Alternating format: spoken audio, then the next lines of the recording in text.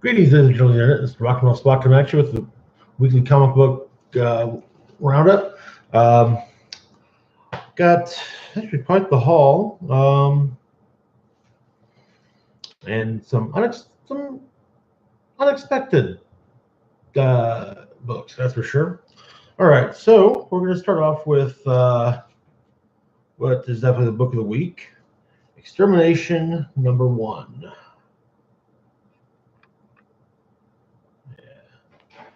All right, so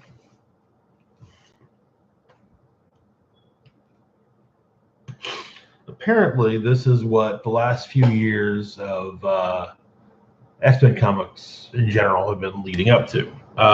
So we start off 20 years from now at the Xavier Institute for Mutant Education and Outreach in Central Park. Hooded figures walking towards the burning rubble of the building, looking around, dead bodies everywhere, and says, none of this is right. And that old bastard screwed this all up, leaving me to clean up his mess. So, cut to now in Chicago. The X-Men Blue Team, well, the time displaced, and in Bloodstorm's case, just dimensionally displaced X-Men, rescue a couple of mutant children, pale, French, from an anti-mutant mob. Get them back to the school. They're in perfect health, but they have no memories before today, which, of course, everyone sees as odd. A little bit later, Scott and Bloodstorm go to a Thai restaurant. Of course,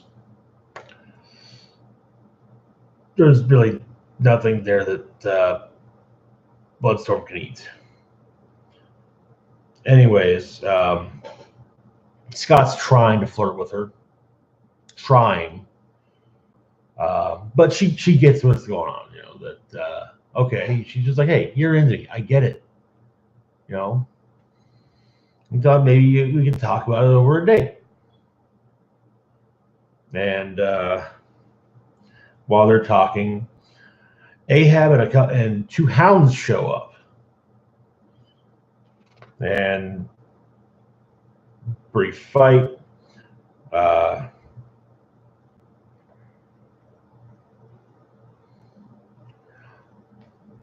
And then Bloodstorm is run through by Ahab,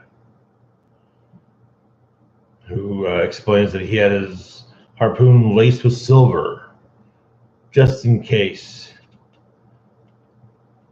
he ran into a mutant vampire.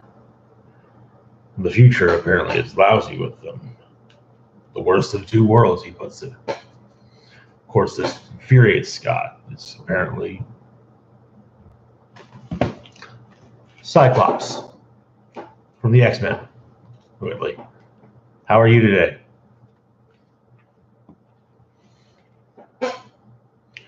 Of course, this infuriates him. Okay. And he lets loose and first destroys the restaurant. Ahab and his hounds run away, seemingly teleport away to fight another day.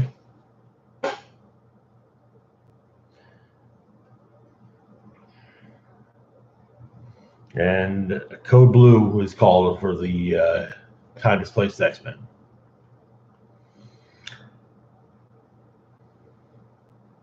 And while Iceman is leaving a showing of Hamilton, a hooded figure is watching and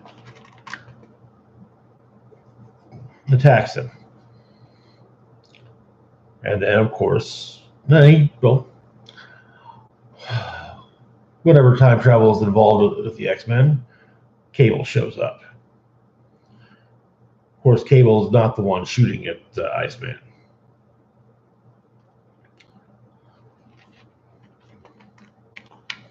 When Cyclops returns to the mansion, he immediately calls upon Prestige. For the uninitiated, Prestige is Rachel Summers, who is the daughter of Cyclops and Phoenix from an alternate future. Yeah. And in that alternate future, she was a Hound before she was an X-Man.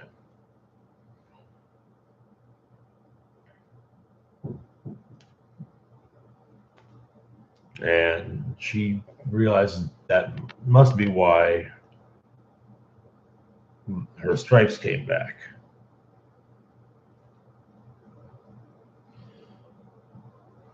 Of course, everyone's checked in except for Iceman.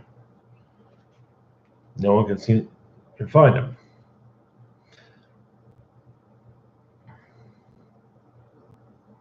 Cable and the hooded figure duke it out. The hooded figure tells Cable that he's gotten old, soft.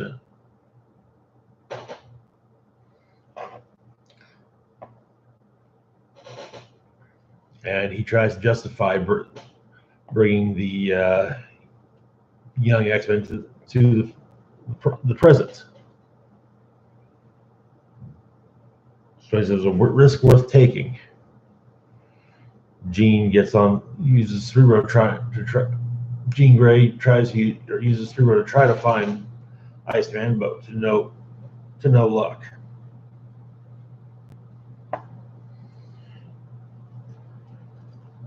But then the hooded figure manages to get one up on Cable and tells Cable that he's outlived his usefulness,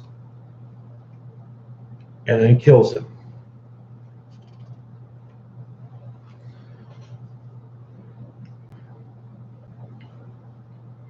Which Jean feels. The hooded figure then takes Iceman and teleports away. The time-displaced X-Men and as well as Kitty Pryde go and find Cable. As well, Rachel Prestige joins them as well. That's like a funeral to bring a family together. And then the recently reincarnated Jean Grey appears alongside Nightcrawler.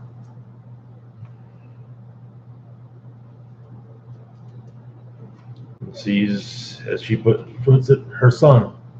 And to be perfectly honest, he kind of is, in a weird time travel way.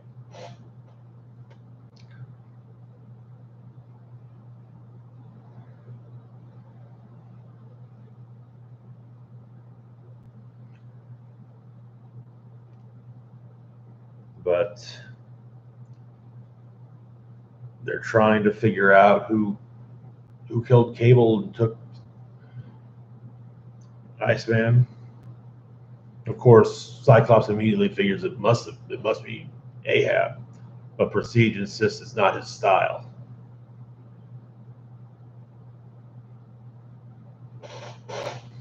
And so Kitty poses the question, if it's not Ahab, who is it? At an undisclosed location, we see 5 cryotubes, one of which now has the young Bobby Drake, Iceman in it. The hooded figure removes his hood, says one down, and reveals himself to be a young version of Cable.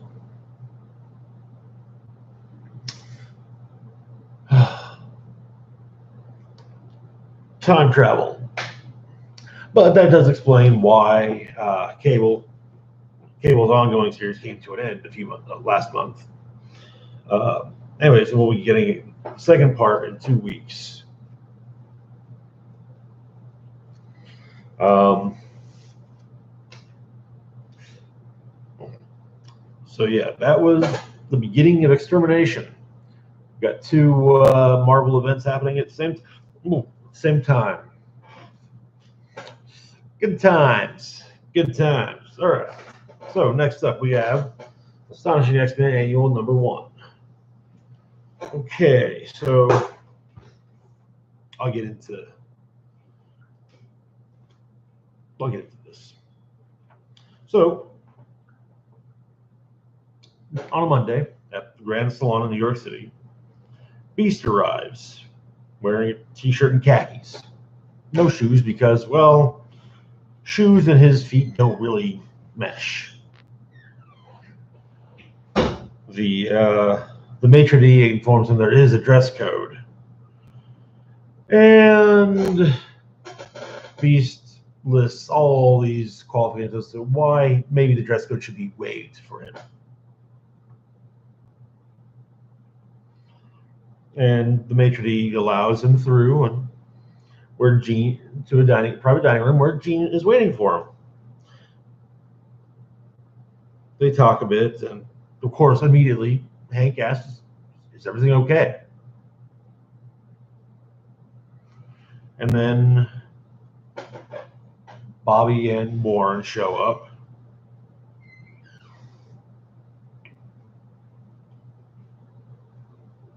Of course, there are five place settings, and Bobby asks if they're waiting for anyone else, but they aren't. Gene assures him that no, everyone's here. And soon they're drinking wine. They're drinking. Well, Angel is not, as wine, alcohol would cause him to be less inhibited, which would potentially bring out Archangel. But he poses the question: why the Grand Salon? And it turns after their first mission, the professor took the five original X-Men to the Grand Salon to celebrate, and they all hated it.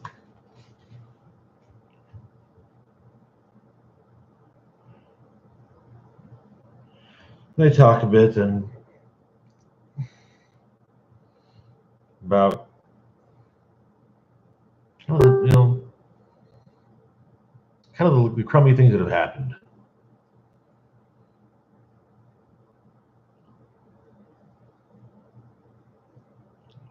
Hank Beast brings up that he does have regrets when he thinks about what his life would be if he hadn't given so much of it to the X-Men. Angel, Warren Worthington III used to be so carefree, but now he has to care. Iceman remained pretty much the same. And then, of course, there's Jean, who died. Was actually dead.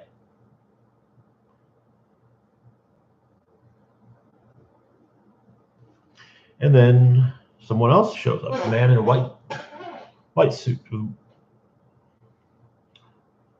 of course, he's promptly informed that it's a private party. And the man says that he's aware it's a private party. He just worries that he was drawn in by the astonishing amount of self-pitying going on.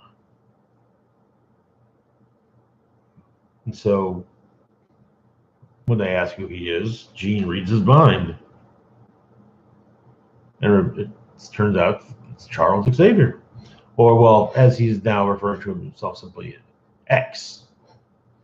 As it's Charles Xavier in the body of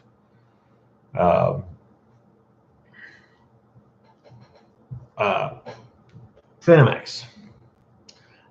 Now, I'm just going to straight say this is something I really don't like, and I wish so much that before they had switched creative teams on Astonishing X-Men, they basically put Phantom X back in his body. It just doesn't feel right having Charles's mind in Phantom X's body. So they talk a bit. Apparently, the Grand Salon was Charles's favorite restaurant.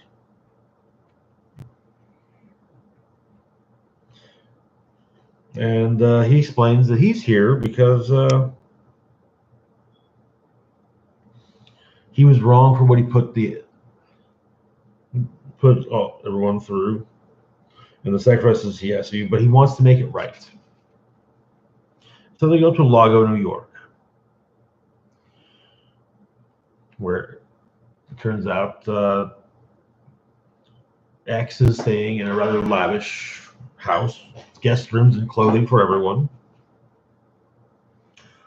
They go to a pub.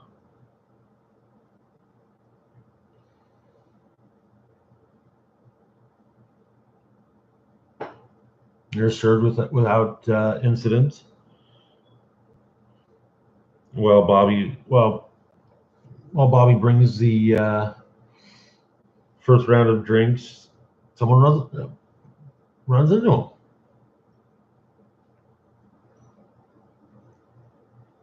And then promptly apologizes. He's such a clumsy oaf after all. And he'll buy the group another round.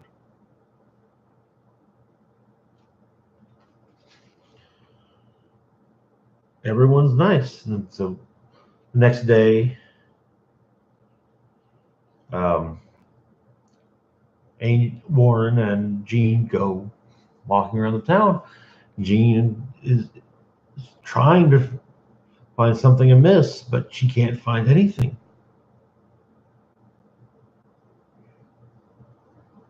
And of course, she's curious as to how it is that Charles is back. Why does he have a house in Lago? And her instincts are screaming that something is wrong. But every mind she reads, every person they talk to seems totally fine.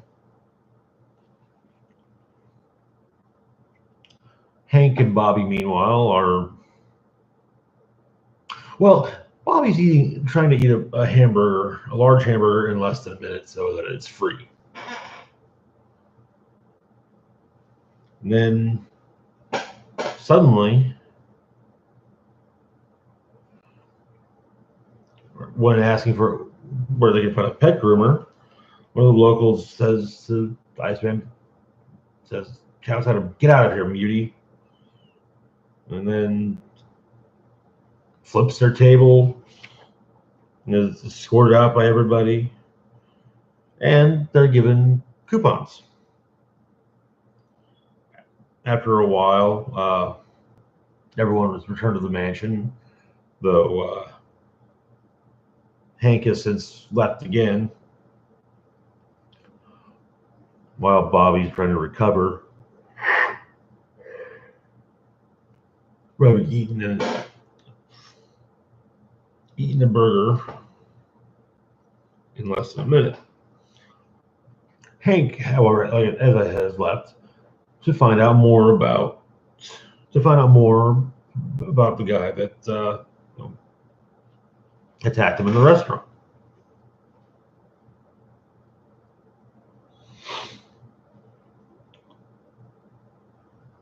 They go find Charles. They go and find X, who's sort of having a few drinks. And then they inform him that Beast is missing. Well, first he regales them with the tale of how it is he lost each of his legs. A man named Lucifer crushed his spine with a boulder. Years later, the X-Men fought him and beat him.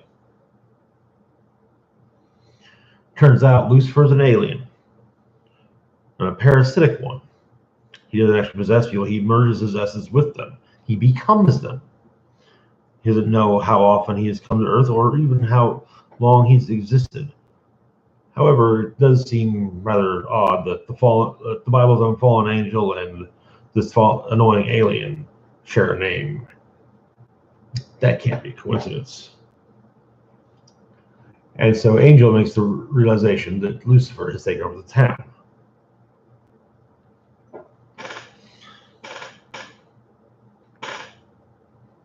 Now, while they were having lunch, Hank brought up to Bobby that there was a murder that happened of a mutant. And it took all of 12 minutes for the jury to find the murderers, the killers, not guilty. Anyway, when Gene, Bobby, and Warren inform X that Hank is missing, well,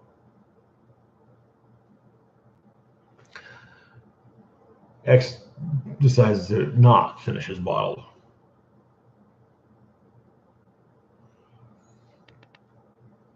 In a warehouse, they find everyone in the town. And yes, Beast is now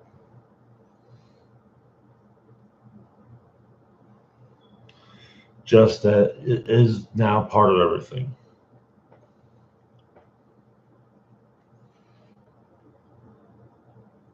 A fight breaks out, and they manage to free Beast. And Lucifer attempts to take over Angel. However, the Archangel comes out.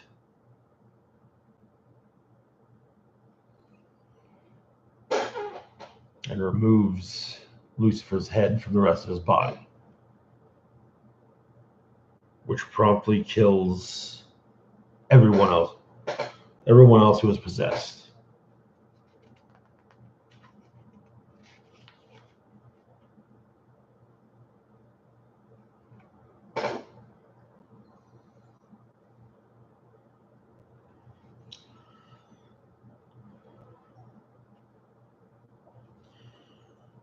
And so X gives his former students a speech.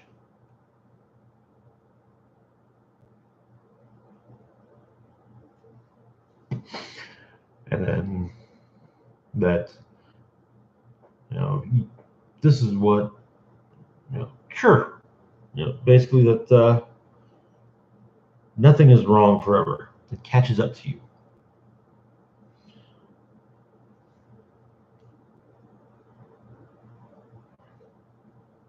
Gene says, so, you always knew we'd be miserable, but you didn't care because the world needed us.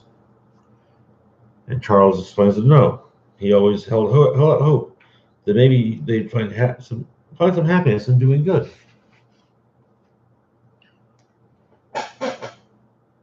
So the next day at the Grand Salon,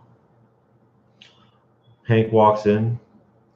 This time the Matrix says, "Oh, great, pleasure to have you back, sir." And so he meets with the rest of the surviving original X-Men.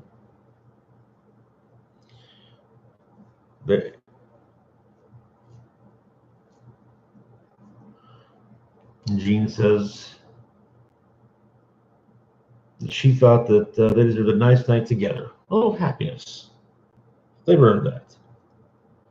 However, it would seem they don't have no recollection of what happened over the last few days, except perhaps for Angel.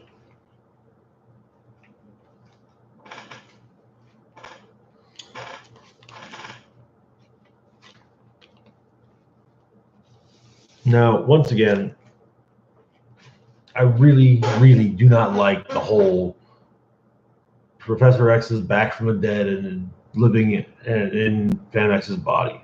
One, because the way they're doing it does not make sense to me. I started reading comic books about 20 years ago, and the idea usually was that if a telepath took over the body of another mutant,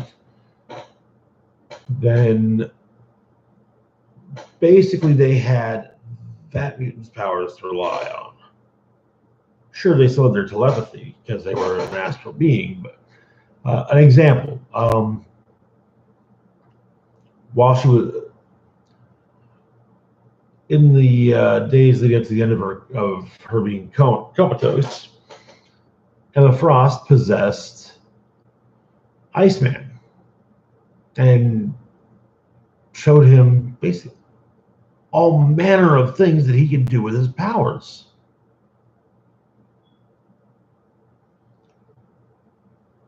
But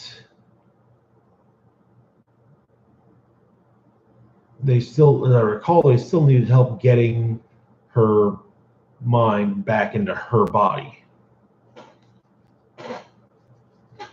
And she was basically Ice Woman. No, she was basically Iceman. And yeah. Now, Charles Xavier has taken over the body of Phantom X. None of Phantom X's odd powers, which they're pretty much all odd. None of those are evident. It's all Charles. And I just don't like that. Mainly also in part because I like Phantom X, and I really hate seeing him, tossed aside for Professor X. Anyways, moving on to Multiple Man number 3. So,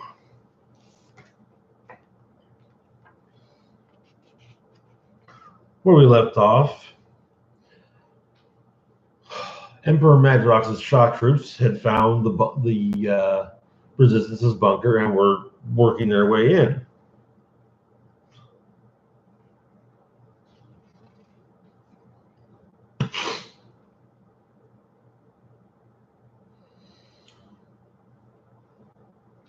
And so they of course do get in, and while the surviving the Madrox, who was from the beginning of the series, talks to Forge about trying to have a time travel bracelet made. The 6 Madrox dupes, the 5 Madrox dupes, Hulk Madrox is dead. They fight the shock troops, and they bring in a Juggernaut dupe who kills the Warlock Cable dupe, though only his biological portions, not his technological portions. But they still managed to take him down. Then the Doctor Strange one starts to do his thing and manages to take down Juggernaut.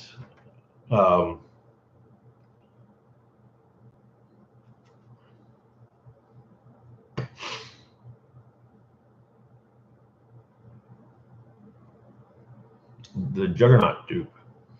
Then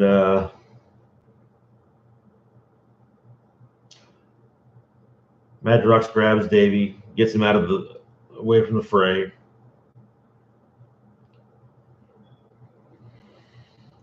And little by little, the specialized dupes are killed.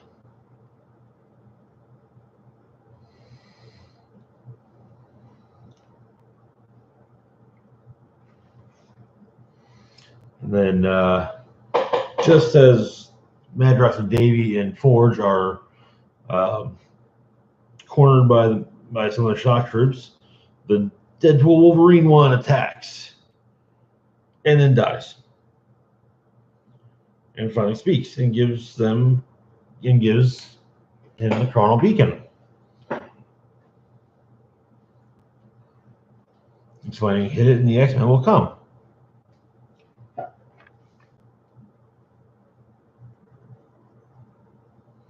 But it turns out one of the dupes that he was going to send into the time stream is dead.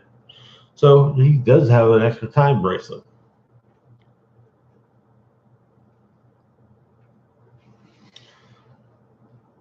Then Forge sacrifices himself when a grenade gets chucked in there, and And Davy and Madrox get captured by Madroxes. Oh, and Davy gets shot in the face and killed, while Madrox is taken to Emperor Madrox, who visits a museum of all the heroes he's killed. Well, heroes and villains. This includes having turned Beast into a rug, crucifying Archangel. Hell, he's even got Mysterio's fishbowl on the wall, Ant-Man's helmet, Falcon's wings, Taskmaster's cloak and shield. Anyways, so Madrox says, hey, one of two things is going to happen. Either I talk you into giving up being the fascist shit for brains who is ruining the world, or you kill me. And after you do it, the guilt will break you. Deep down, you'll know I was right about everything, and my blood on your hands will change you. Either way, I win. Let's just you take the first option. Emperor Madrox then decapitates the other Madrox.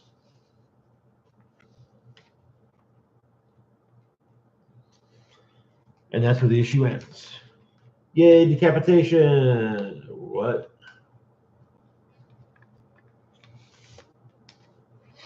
Of course, Madrox kind of has been shying away from making extra dupes as shock troops because he doesn't like doing that. Mainly because as they die, he gets all their memories. Next up, we've got Deadpool Assassin number 5. So, where we left off, Deadpool, Threnody, Weasel, and Weasel's wife Clarice were on the run from the Assassin's Guild. And Deadpool has decided to take the fight to them. And so he goes in with backup from Sister Margaret's School for Wayward Girls, also known as the Hell House. Slight problem, they're better than he expected them to be.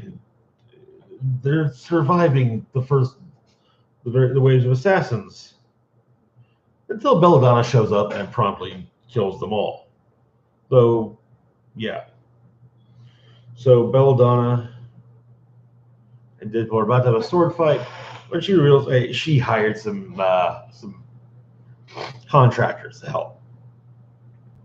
Death Adder, Boomerang, Crossbones, a few others. Deadpool kills Death Adder and eventually defeats everyone. Meanwhile,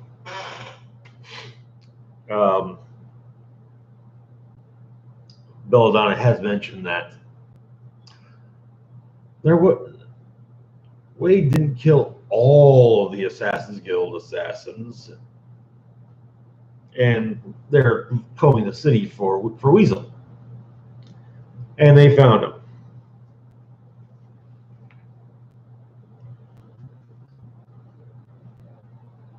And while Wade is defeating the various contractors, the Assassin's Guild come upon a hotel room full of Deadpool mannequins holding explosives.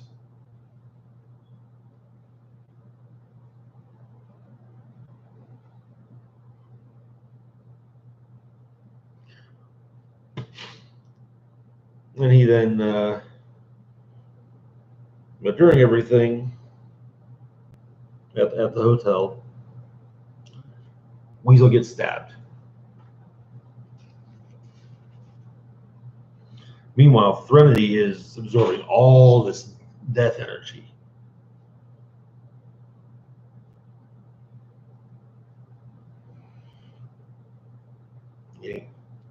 Just taking everything she needs from the assassins.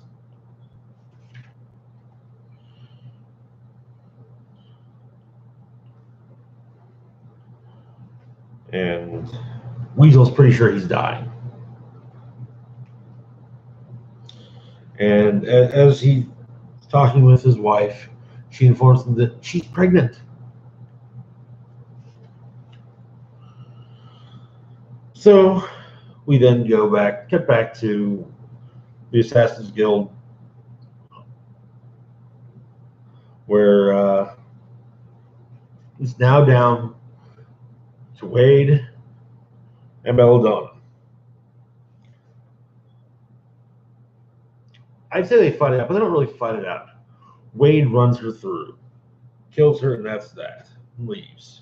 Gets back to the Motel 7. Not better than Motel 6. Finds Weasel and exclaims, "You've got a sword stuck in you."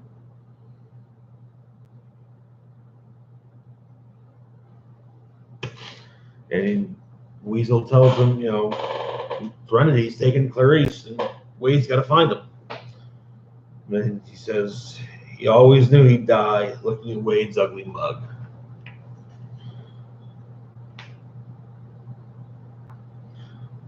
So now we find out what Serenity's plan was all along. Apparently, she has a child who feeds off of death energy. And so the death energy from the assassins, that'll help. But she's going to need more.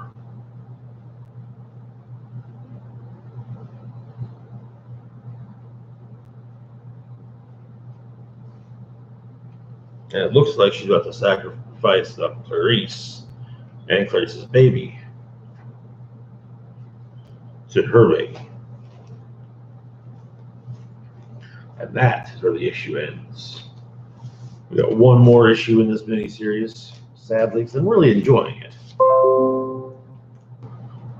Next up, we've got Cable and Deadpool Annual, #1. Well, there were probably in previous Cable and Deadpool Annuals, but whatever. So anyway, starts off with Cable and Deadpool fighting back to back. Cable's missing his cybernetic arm. And we discover that Deadpool's missing his legs and is, in fact, tied to Cable's back. They are somewhere in time, and they're fighting people riding on dinosaurs. Various people from various points in time riding dinosaurs, which, that is so awesome.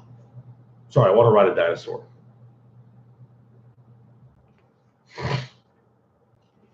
Anyways, so we go earlier or later, depending on how you measure time. Deadpool, on his day off, is watching the Terminator. And the guy goes through a time portal, and says, "Hey, look, he's from the Time Variance Authority, and he needs." It turns out that in the future, Wade is, known as one of the biggest enforcers of the Time Variance Authority. Well, some enemies are getting together, and they're going to go find Wade's mother, kill her before she can give birth to Wade. Well, Wade ain't having that, so he agrees to do this mission, and he's given a chronotemporal gateway opener and a ship of a toilet plunger. So he goes. It's set up. He's told it set up to, find his mother in a time stream. He ends up in 1979 in the Bronx.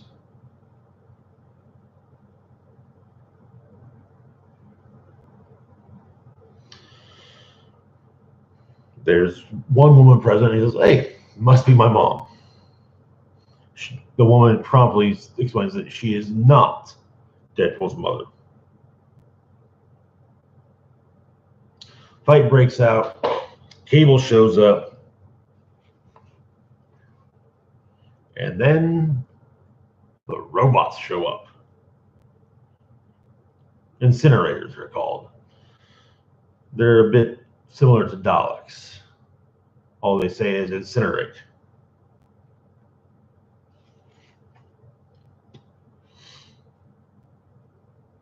Well, Wade continues to follow this next to whatever pirates roam the sea, and the ship that they're on is being attacked by a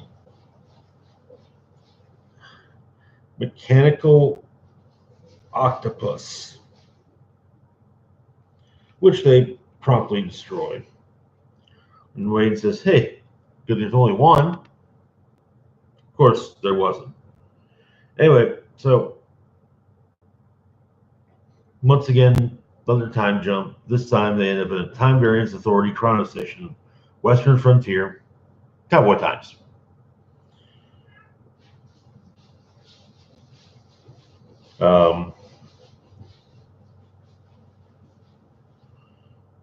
The woman explains that she is most definitely not Wade's mother. And in fact, she used to work with the Time Variance Authority. But Professor Justin Alphonse Gamble, who brought Wade in the first place, wouldn't leave her alone. So she went to his superiors. Nothing happened to him about it. There's complaints were filed. And so she's been trying to hide from him in history. And it doesn't work once again, but he catches up to her.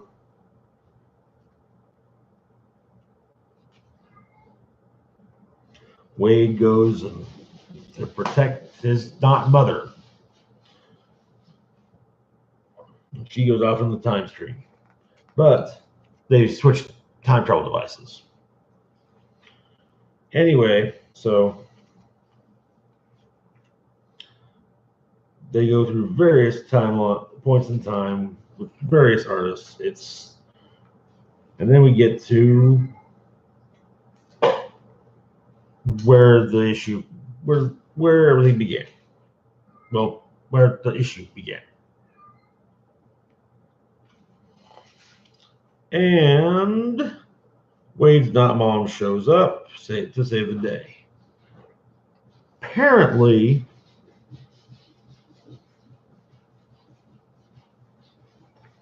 the Time Variance Authority was much more willing to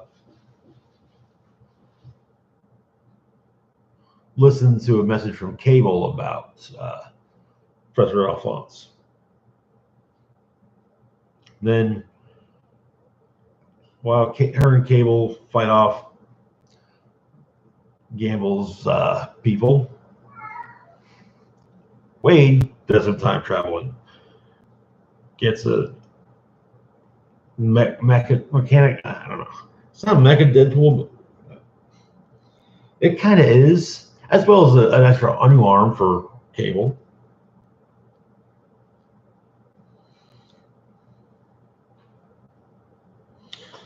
And Mecha Deadpool, being from Deadpool's Future, explains, "Yeah, this is a fake mom one. Wait, this is the fake mom issue. Okay, all right, I get this now." And Deadpool clarifies, "She's not my mom." Like, nope, totally not mom. And yeah, so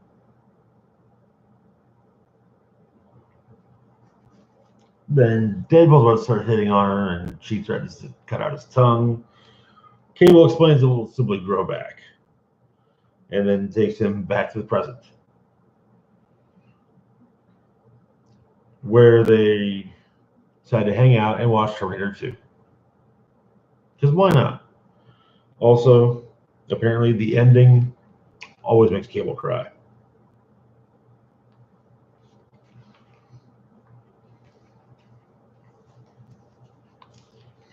Of course, this is just perfect timing for the Cable Deadpool annual to come out the same week that Cable gets killed off.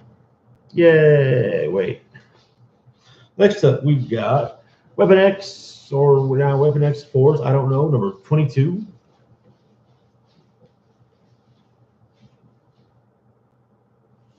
Oh, hey, we got Legacy number of 50. So,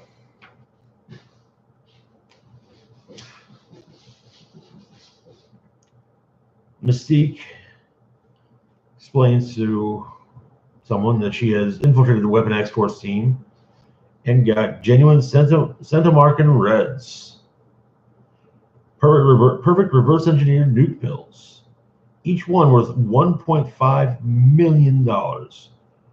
She is, of course, talking with Garkua of Break World, Oakland settlement. Of course, since she kept to the terms of the deal and came alone, he really just intends to kill her instead of pay her. Of course, she didn't come alone. Sabretooth, Omega Red, Lady Deathstrike, and Domino all show up. So anyway, they split the money. Turns out, though, that they've been hired for another job.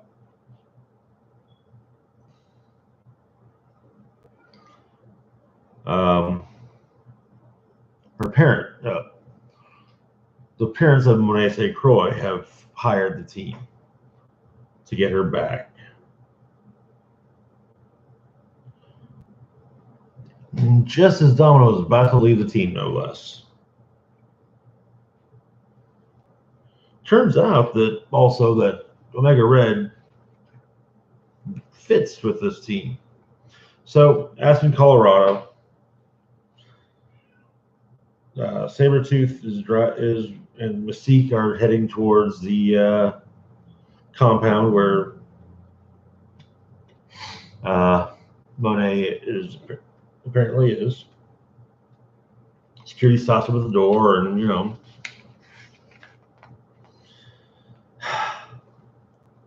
Sabretooth gives his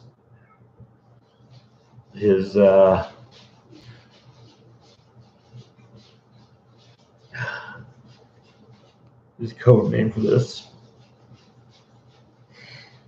Dick Steele. And so they go in, and they hear the spiel from the dude. And then Monet shows up and goes after. Turns out Monet has seen this as a ruse.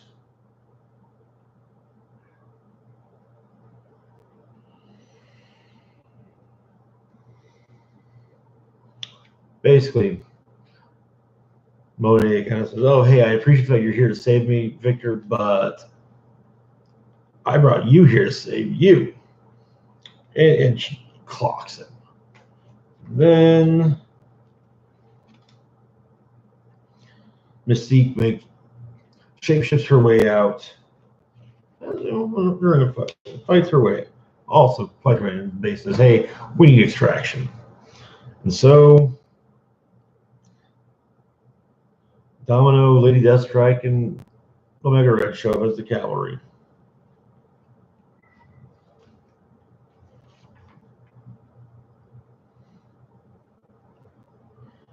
And turns out that the guy running the whole show is Mentallo. Now, I'm pretty sure there are Marvel books that I'm not too keen on, that I don't follow too often, that he has popped up in the last decade or so, but I haven't seen him since Modoc's 11. So, yeah, I was actually pretty stoked to see him in this. So, turns out that Lady Deathstrike has tipped her claws with nanobots to protect people from psychic powers. So both Sabretooth and Monet are now clear-headed and ready to go after Mentallo, when it turns out that Monet wasn't the only enforcer he had. He hired, that's right, kids, he hired Deadpool.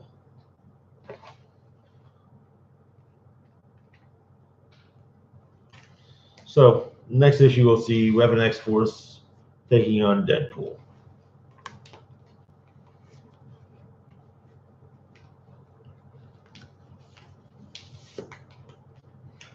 Next up, Hunt for Wolverine, Claws of a Killer #4. The final chapter. So, the fight between Victor and Graydon continues. And Graydon's handed Victor his ass. Meanwhile, Lady Deathstrike's fighting for her father, and as well as other zombies. And she loses a hand, too, in the process.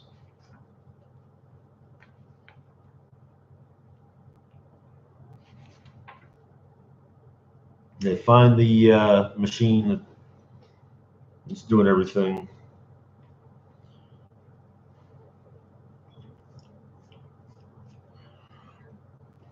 Victor pretty much says, hey, Wolverine was ever here. If this was a game, be glad you lost your hand.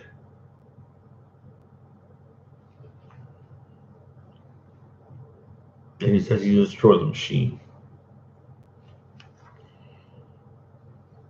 And, yeah. Clinic team shows up.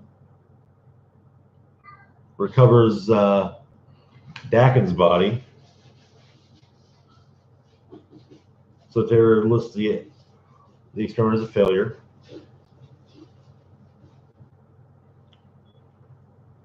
Sabretooth and Deathstrike steal a car.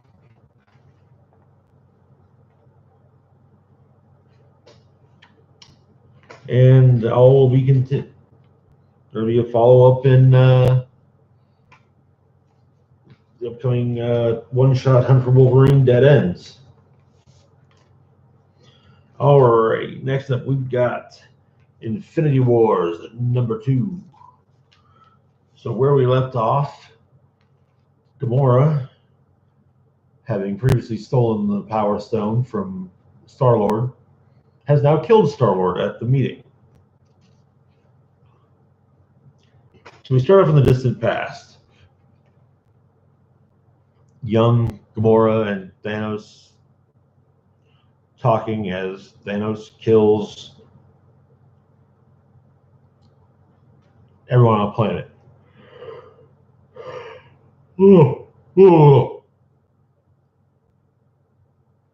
He explains that she asked why he did it, and he explains the universe is a natural order. Only the strongest life survives, and fate will test life from the cradle to the grave. And she says, but you chose to kill them. And he explains that the universe works through him. And he explains there is one way to achieve immortality: father children.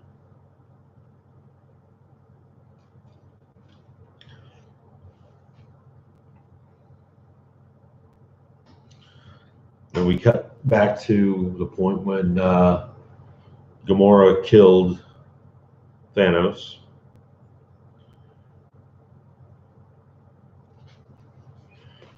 And she picks up his head and talks to it a bit.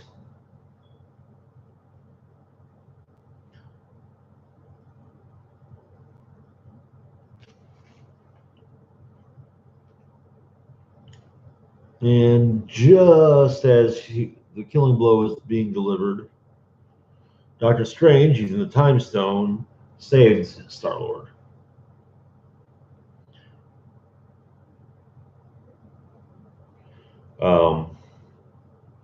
He then pulls Star-Lord off the astral plane, or pulls Turk on the astral plane, Doctor Strange that is, and they have a chat. And Turk listens to the terms laid out by Strange. He will give up the Mind Stone, but Strange now owes him a favor.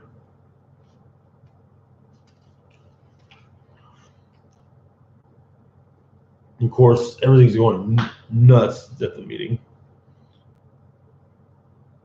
and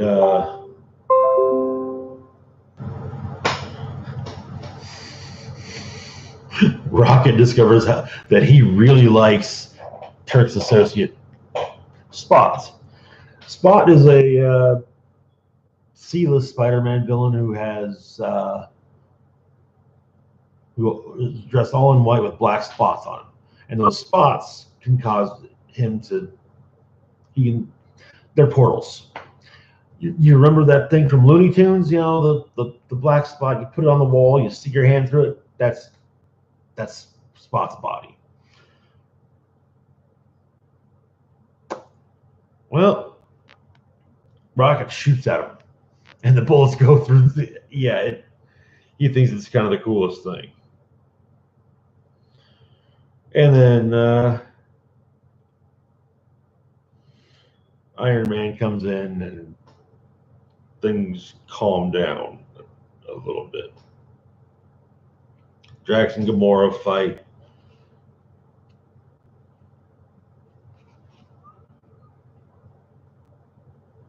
And everyone sees her talking to someone. What she sees is she's talking to Thanos.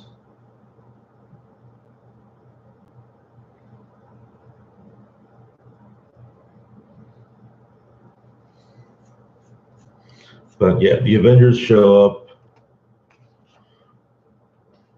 along with the gathered Infinity Watch, and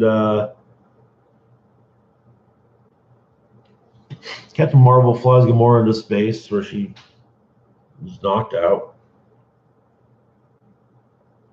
Cap tells Kirk's associates to retreat, and even says, you know, does he have to give them a speech?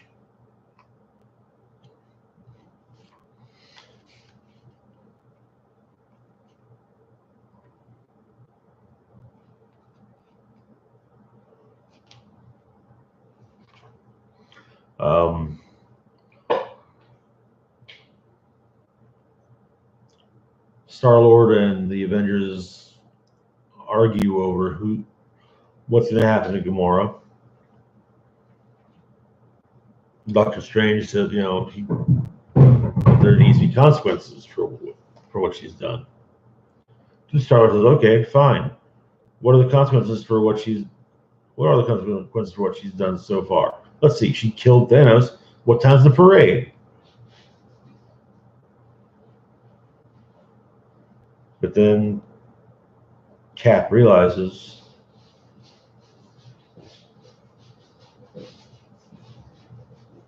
Gamora has taken the Reality Stone from Captain Marvel and proceeds to kick everyone's ass. Cuts off Warlock's head.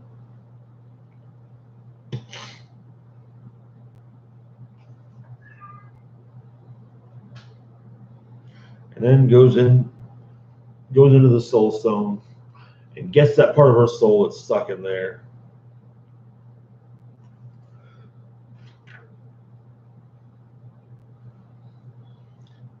And she knows what she must do now, as Devondra must feed. Devondra being the creature that resides in the Soul Stone. But she's told, you know, stay your hand, because that might not be necessary. As Loki has arrived, along with his biographer, Floa, and he would like to offer her some counsel. So I was a little pissed that the issue basically started off by undoing the end of the previous issue. It'll be interesting to see what happens after this issue, though. Anyway, this week's final book from Dark Horse Comics, The Terminator, Sector War number 104. So, we've all seen The Terminator. The machines rose from the ashes of a nuclear fire. Their war to exterminate mankind had raged for decades. The final battle would not be fought in the future. It would be fought here, in our present, tonight. Anyway, so a Terminator pops down in New York, gets clothes at the South Bronx, the 39th precinct. Officer Castro is sent home.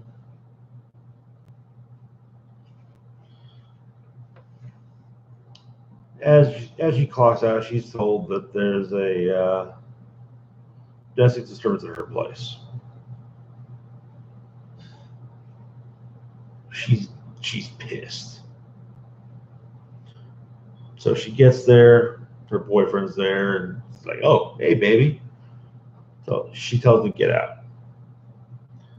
And all this list of things, he's cheated on her, he's had drunken rages, and she's just done with it all. So she wants him the hell out of her house. As they're arguing, there's a call for help.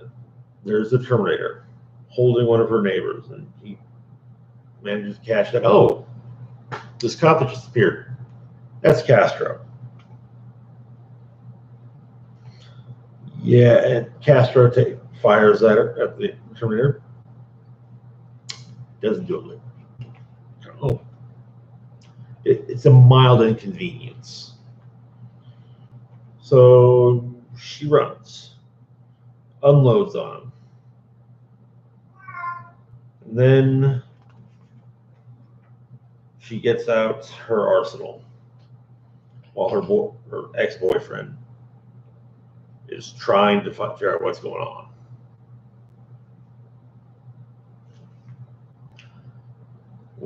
And then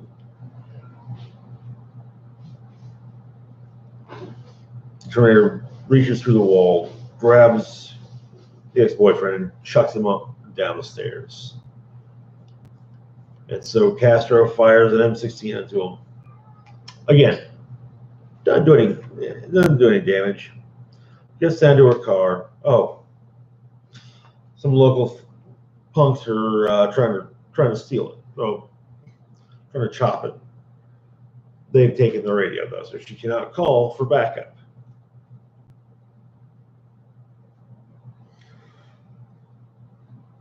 The Terminator catches up with her, throws her around a bit,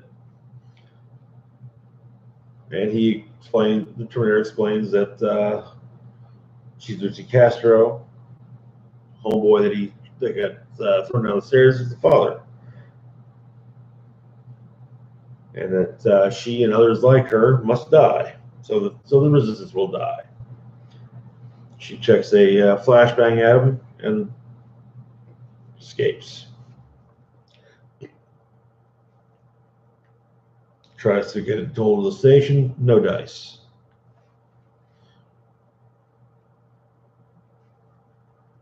And she goes through her head, what did I just deal with?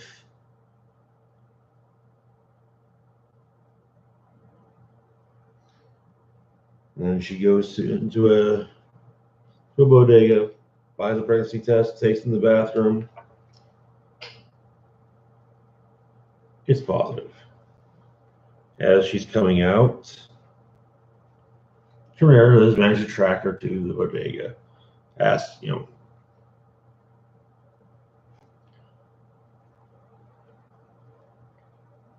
manages to get a shotgun off of the guy running the place.